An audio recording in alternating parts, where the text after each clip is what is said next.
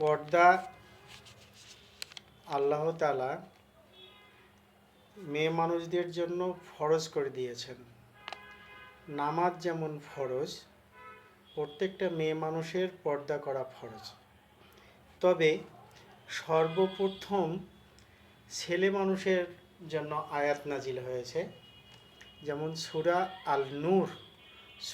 আল নূরের 31 নম্বর আয়াতে 30 নম্বর আয়াতে বলা হয়েছে, আল্লাহ বলতেছেন যে মুমিনদেরকে বলো তারা যেন তাদের দৃষ্টিকে সংযত করে এবং তাদের লজ্জা স্থানের হেফাজত করে, ইহাই তাহাদের জন্য উত্তম।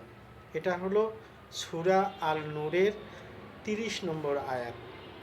পরক্ষণে সমস্ত আরবের লোকরা যখন এই আয়াতটি শুনলেন রাসূলুল্লাহ সাল্লাল্লাহু আলাইহি ওয়াসাল্লামের কাছ থেকে, তখন সবাই তাদের দৃষ্টি অবশ্যই নত করেছিলেন, নিমজ্জিত করেছেন, নিচের দিকে করেছিলেন।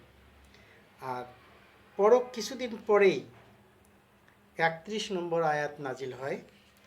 সেই আয়াতে বলা হলো, এটা কঠিন একটা আয়াত, সেই আয়াতে বলা হলো, আর মুমিন নারীদেরকে বলো তারা যেন তাদের দৃষ্টিকে সংযত করে ও তাদের লজ্জাস্থানের হেফাজত করে, তারা যেন যাহা সাধারণত প্রকাশ থাকে তাহা ব্যতীত তাহাদের আবরণ প্রদর্শন না করে, তাহাদের গ্রীবা ও বক্ষদের যেন মাথার কাপড় দ্বারা আবৃত করে, তাহারা যেন তাদের স্বামী, পিতা, শ্বশুর, পুত্র, স্বামীর পুত্র, ভ্রাতা, ভ্রাতৃপুত্র, ভগ্নীপুত্র, আপন নারীগণ, তাহাদের মালিকানাধীন দাসী, পুরুষদের মধ্যে যৌন কামনা রহিত পুরুষ এবং নারীদের গোপন অঙ্গ সম্বন্ধে অজ্ঞ বালক ব্যতীত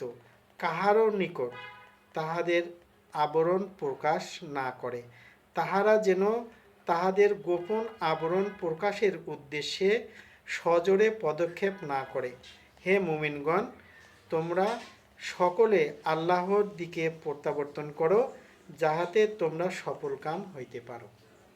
এখানে নারীদের যে হেফাজত করতে, নারীদের যে হিজাব পড়তে হবে, এই সূরা আল নূরের 31 নম্বর আয়াতটি পরিপূর্ণভাবে সাক্ষ্য প্রদান করছে, যা আল্লাহ তাআলা রাসূলুল্লাহ সাল্লাল্লাহু আলাইহি ওয়াসাল্লামের কাছে আয়াত হিসেবে প্রেরণ করেছেন। এটাই হলো এই আয়াতের মাধ্যমে নারীদেরকে হিজাব পরা ফরজ করা হয়েছে। আপনি হিজাব পরেন, হিজাব পরে যুদ্ধে যান, মার্কেটে যান, মসজিদ, তারপরে ভার্সিটিতে যান, কর্মক্ষেত্রে যান, এটা আপনার ব্যাপার। আপনি যদি